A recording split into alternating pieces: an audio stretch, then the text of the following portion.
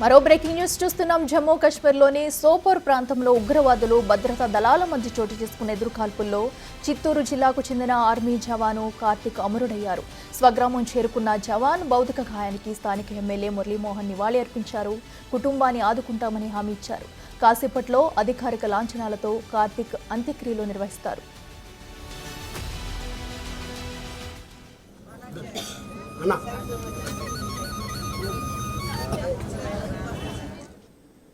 More details మా ప్రతినిధి దామోదర్ అందిస్తారు. జమ్మూ కాశ్మీర్లో సౌపూర్ సమీపంలో జరిగిన ఏదైతే ఉగ్రవాదుల కాల్పుల్లో మరణించిన కార్తిక్ మృతదేహానికి ఘనంగా నివాళులు అర్పించారు ఆర్మీ అధికారులు. ప్రస్తుతం మనతో ఏదైతే శివరాజ్ సింగ్ గిల్ గారు ఉన్నారు, ఆయన లెఫ్టినెంట్ బెంగళూరు నుంచి వచ్చారు. Sir, how to is this situation in area?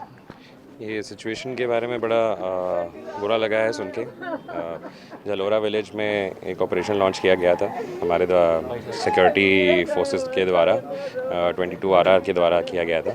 तो बट एक मिलिटेंट जो कि एक एडॉक में छुपा हुआ था और भारी मात्रा में उसने फायर किया है और उसकी वजह से गन शॉट वुंड्स की वजह से कार्तिक का स्वर्ग समाप्ति कर गए हैं।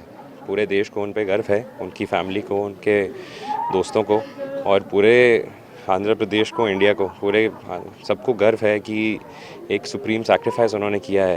तो इसके बारे में हम कंडोलेंसेस देते हैं पूरी इंडियन आर्मी की तरफ से।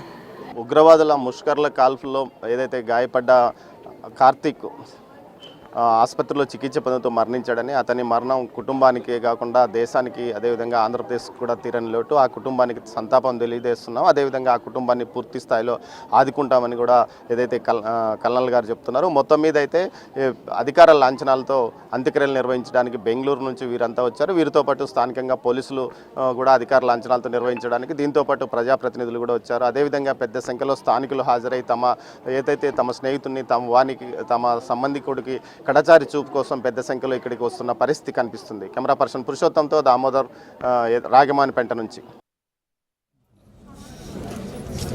అయ్యో బాబు